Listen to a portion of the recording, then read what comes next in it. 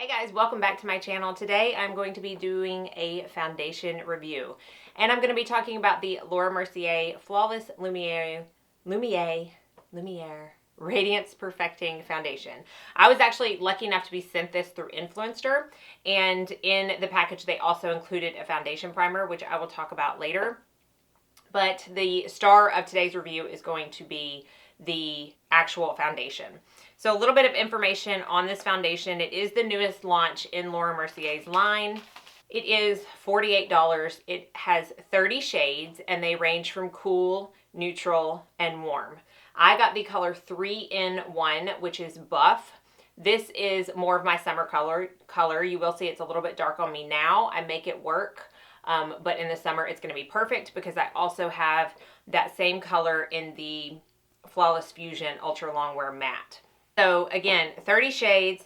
Now, there's a couple of things that they claim with this foundation. They say it has a super crystal clear pearl in the ingredient, which helps with the luminosity that it claims to impart, because they do say it is a medium coverage with a radiant finish and a 15-hour wear. So it's got the super crystal clear pearl. It's got mushroom extract, which is supposed to help with plumping. It has vitamin C in the form of tetrahexadecyl ascorbate, and it has hyaluronic acid. So all of those put together will claim to soften and smooth the skin for long wear comfort, oxidation resistant. So we'll talk about some of those claims at the end. But I will say, as far as ingredients go, the two main ingredients that I look to avoid most in my foundations are fragrance and SD alcohol. This is free of both, whereas the Flawless Fusion does have alcohol in it, but still no fragrance. So this is going to be free of both of those big contenders for me, which is a plus. Radiant finish is always my favorite. Radiant natural finish versus a matte finish. I will always pull for that more. So we shall see what I think about this. So if you want to see how I apply it and my thoughts and whether or not I would recommend it, then just keep on watching. All right, let's go ahead and get started on the application. I am not going to wear a primer today. I'll talk about that later, but I do want you to see how it lays without anything underneath it. The only thing I've done is color corrected in my brows. So let's go ahead and get started. This is the foundation as I showed you in the beginning. I'm going to take, first I'm going to show you how much one pump is. They are very tiny, tiny, tiny pumps. So you can see that right there is one pump. This again is in the color 3-in-1 buff. I am going to take 4 pumps, which sounds like a lot, but to me it's equivalent to about 1.5 pumps of any other foundation, because these are such tiny pumps. This is more probably my summer color, so it's a little bit darker, but with this like neckline, it probably shouldn't be an issue. So I am just going to start applying that. I am going to apply it with a beauty blender. I will tell you that overall for foundations, I am more of a brush girl. I just like applying foundations with brushes. I feel like I can get better coverage out of it. I don't know, I just like brushes. I like beauty blenders for concealer and possibly primer if I want to use it for that. But for this foundation, I find that it goes on a lot better with a beauty blender. I don't want to say better. I just think it looks better. The finish is better with a beauty blender. So that's why I'm using a beauty blender right now. Put a little bit on the top of my forehead. And if I need to like precisely get around my brows more, I will later. But right now, it's just to show you the coverage. Okay, so this is with the foundation, and I would say it's probably 2 small pumps worth, maybe a little bit less. And this is without. So you can see my redness. If you aren't aware, I have redness that goes straight down. And sometimes it's more noticeable than others, but you can almost always see that definitive line right there. So I feel like it is covered up. That light is kind of shining on me. So I can still see a little bit of the redness right here, but I don't see any like huge definitive lines. I mean, I have to really look up close to see it. So I do feel like it is the medium coverage that they claim it to be. So let's go ahead and see how it covers this redness over here. Again, I don't want to act like it doesn't work with a brush, because it does. And in fact, you use less product with a brush and you do, you know, get better coverage. I just overall like the effect of a beauty blender. And you can obviously see it's much darker than my neck. So I will have to take it down to match. But in the summer, this will be a perfect match, because this is the same color that I wear in the matte version. Not including my neck. That covered my entire face, and I still have some left over. So I could probably get away with 3 pumps of the Beauty Blender. I can use between 2 and 3 pumps with a brush. I am going to put 1 more pump on to get my neck. Now, I hope this is coming across. The edge of that was the foundation that was already on there. That is the foundation I already put on. It has gotten a little bit darker since I first applied it. So keep that in mind. Even though this claims to not oxidize, which maybe it's not oxidizing. I know a ton of people, you know, say oxidization, is that how you say it? Is not the same as dry down. So maybe that's not what it is, but it does get darker either way. All right, so that is the foundation applied. As you can see, it does have a very nice luminous finish. It's not a knock you down dewy finish. It's just luminous, which I love. I have this one area of my face right here that will not hold on to foundation. I don't know what it is, but no matter what I put on there, it's like a big spot, and it drives me insane. Don't worry about that. No comments on that, because I'm well aware. Now, I can still see my redness right here. Okay, so I'm going to go in with 1 more pump. And honestly, y'all, these pumps are so tiny. So don't come at me for using like 7 pumps, because they're just so tiny. I'm going to put a little bit more right there, and I'm going to stipple it in with a brush to see if it's buildable. And it is. That covered a good bit of that redness that I could see.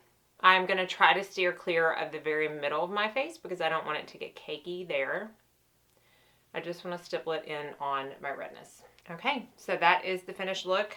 I really like it. I don't feel like my pores are enhanced any. I don't feel like the lighting's very good either.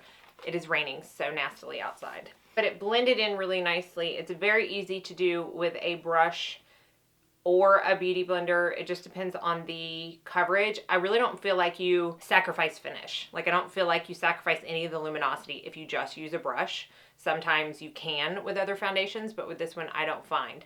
I do find it's drying down nicely, and it actually isn't that tacky on my face. Like, if you are super dry, you may be able to get away with not setting this at all. I set all my foundations, so I will set it. And I'm going to finish the rest of my makeup, and then I will come back and give you my final thoughts. Okay, so we have finished, or I guess I should say I have finished with my face. Now, I did, oh my goodness, set today with the Charlotte Tilbury Magic Powder. A lot of people say they can't stand the smell of this. Y'all, I'm sorry, I cannot get comfortable.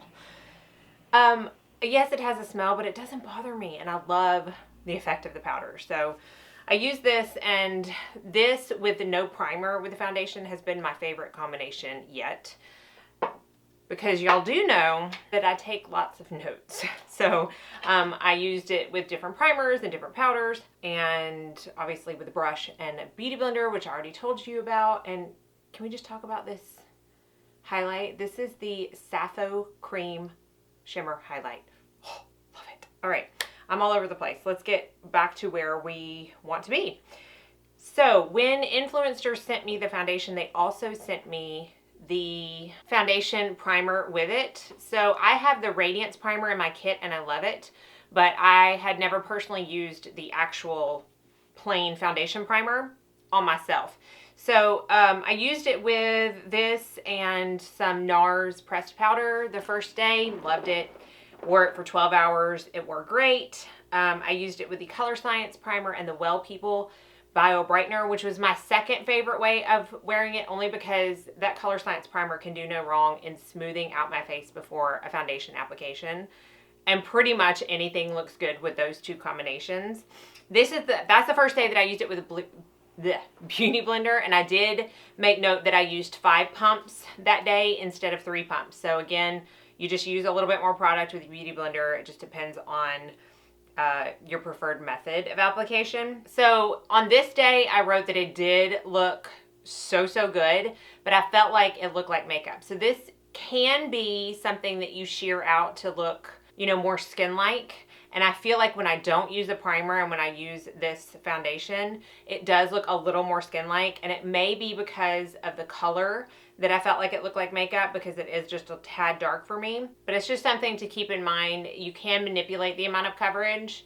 I don't think you're going to get anything heavier than a full medium coverage, but I don't know, for some reason this day I felt like it looked like makeup. I had a couple other primers and powder combinations with it. The past few days that I've worn it, the only thing that I have noticed is that it has felt a little tight on my skin. With there being no alcohol, I'm not really sure what ingredient is causing that.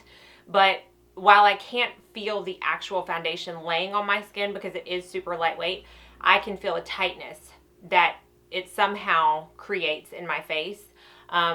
It's not like uncomfortable, but it is noticeable to me. So I have to put that in the cons list because I have so many foundations that don't do that to me. But the pros honestly are I mean, it's just a gorgeous finish. This is a gorgeous foundation. It lasts well on me. Now I will say I've been working out a lot in the mornings lately with no makeup. So I only tested it while working out with this on once. And it was like arm day and I didn't sweat as much as I normally do. So, you know, I didn't really put it up to a sweat test, but it still held up through the workout. And it has held up through super long days. Yesterday, I put my makeup on at 6 o'clock in the morning. I didn't take it off until 10:30 at night. And it still looks super good using no primer and the Charlotte Tilbury foundation. So it does, to me, hold that 15-hour claim of long wear. I do feel like it does get a little bit darker on me, so I would take that into consideration. If you are wondering what shade would match me the best right now, I would probably say Cashew would be the best bet. So if you are more my shade at the moment without this added color on, I would probably go for Cashew. Another huge pro to me is that it does not settle into my smile lines at all. Some of my very favorite foundations still settle into my smile lines. This does not settle. I'm talking yesterday when I had it on for almost 15 hours, there was absolutely no settling. And what did I do yesterday? I was around, I had a Bible study in the morning. I went to lunch at a friend's house, which ended up, because another friend came over, ended up being like a girl's lunch. So I did a lot of smiling and laughing yesterday, and I'm telling you, there was absolutely no sinkage. So I think that is a huge plus. As far as who can wear it, I mean, honestly, it's going to be one of those get a sample type things. I think normal to dry skin is going to like it. If you have dry patches, I just can't say for sure, because whatever it is that's making me feel tight, I don't know if it's going to exacerbate somebody that's really dry. So it is something that I would suggest getting a sample of. If you are super oily, you're probably not going to grab for a Luminous foundation anyways, but that's going to be up to you. I do think that the wear on it is very nice, but I'm not saying that you're not going to have to blot throughout the day either. So another thing to take into consideration, if you are just normal combo, either normal dry or normal oily, I would say definitely try this foundation. It's so good. It really is good. The only con that I can find so far is that it does get a little bit darker, but I can make it work, and the tightness that I feel. Other than that, it's been wonderful. So those are my thoughts on the new Laura Mercier Flawless Lumiere Radiance Perfecting Foundation. So if you're interested in picking that up, I suggest it for sure. I hope you enjoyed this. I hope I answered all your questions. As always, if I didn't, be sure and leave it down in the comment section and I will do my best to do so. Everything I have on my face will be listed and linked in the description bar below. Thank you all so much for watching, and as always, I hope you all go out and have a very blessed day.